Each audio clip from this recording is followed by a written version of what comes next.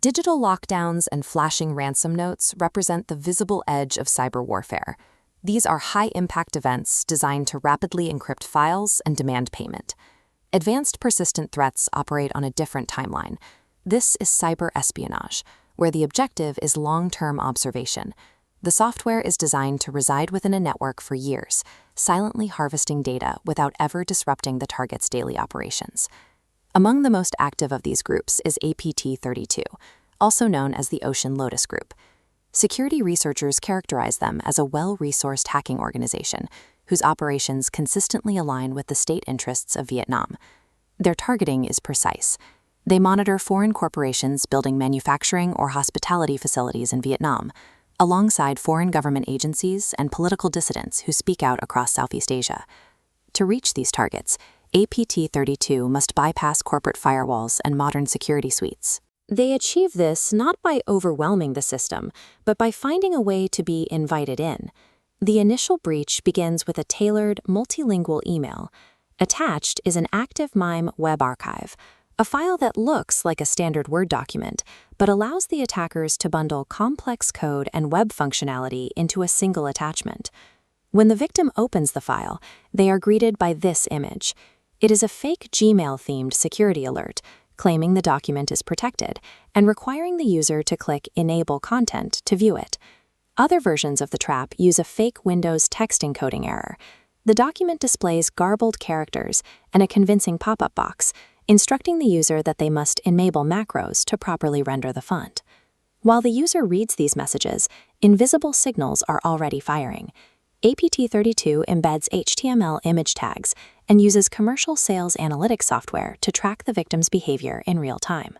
This pre-breach surveillance captures the victim's exact public IP address and sends the hackers an immediate notification the moment the document is viewed, allowing them to track the success rate of their lures before any malware is even launched.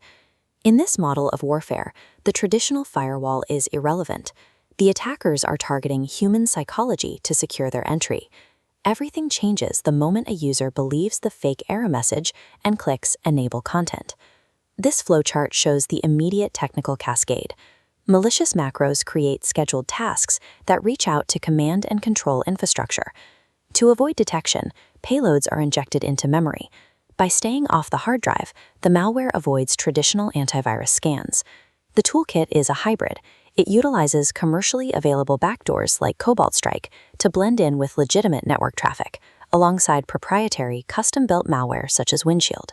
This combination establishes a reverse shell, a persistent, encrypted connection that gives the hackers total, undetected control over the victim's files and system data.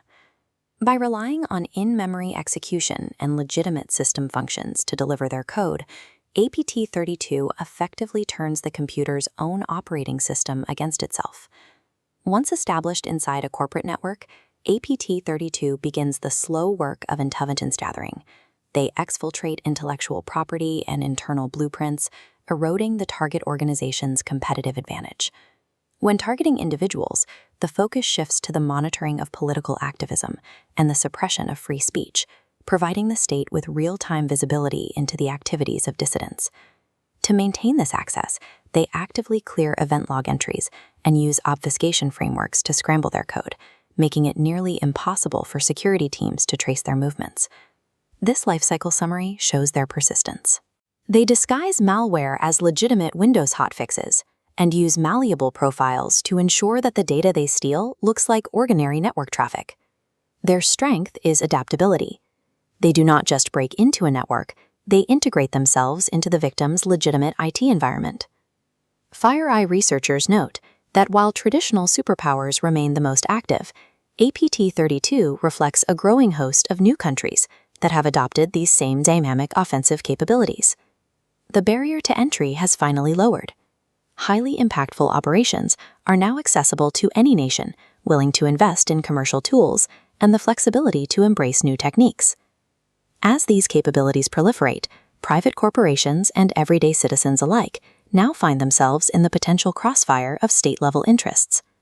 Yet for all the code sophistication, these campaigns still rely on a moment of deception. A state-funded digital operation is only as effective as its lure. It remains powerless until a human is tricked into opening the door.